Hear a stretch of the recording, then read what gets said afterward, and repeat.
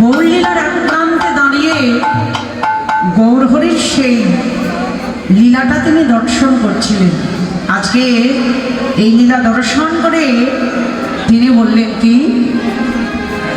হে রাধা মোহন দাস আশ রাখো তয়ানি, রাধা মোহন দাস কত জানি, হে রাধা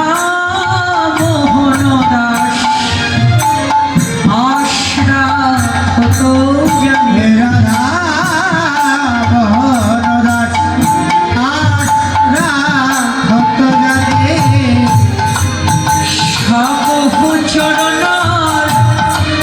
তিন্নে, সবহু চরণ বৃন্দে,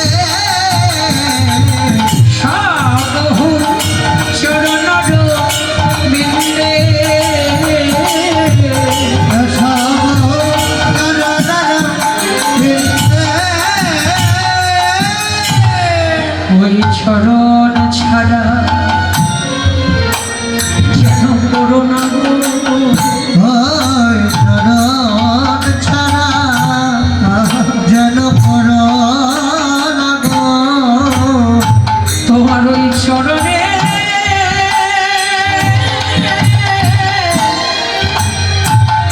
এক পাশে দেখো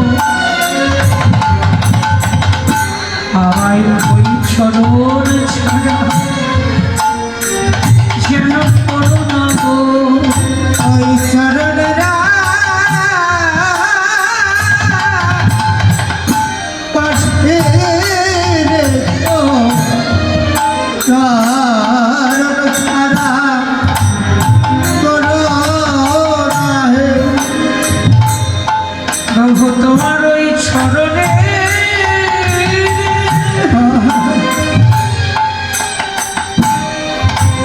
ওই চরণে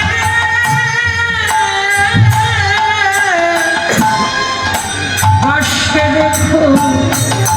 তোমার ওই চরণে এই নিবেদন,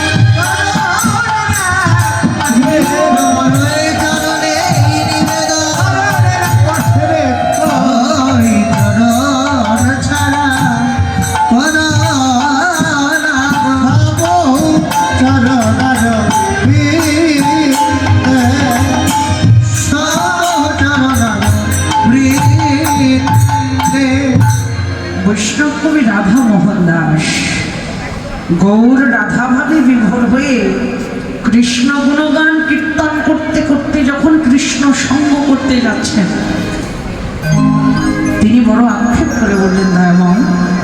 তোমার লীলার বলিহারি যা, নিজেই গৌর আর গৌর হয়ে যাচ্ছ গোবিন্দ সঙ্গ করতে, তোমার চরণে এই নিবেদন, সব বহু চরণার বিন্দে, রাধা মোহন দাস আশ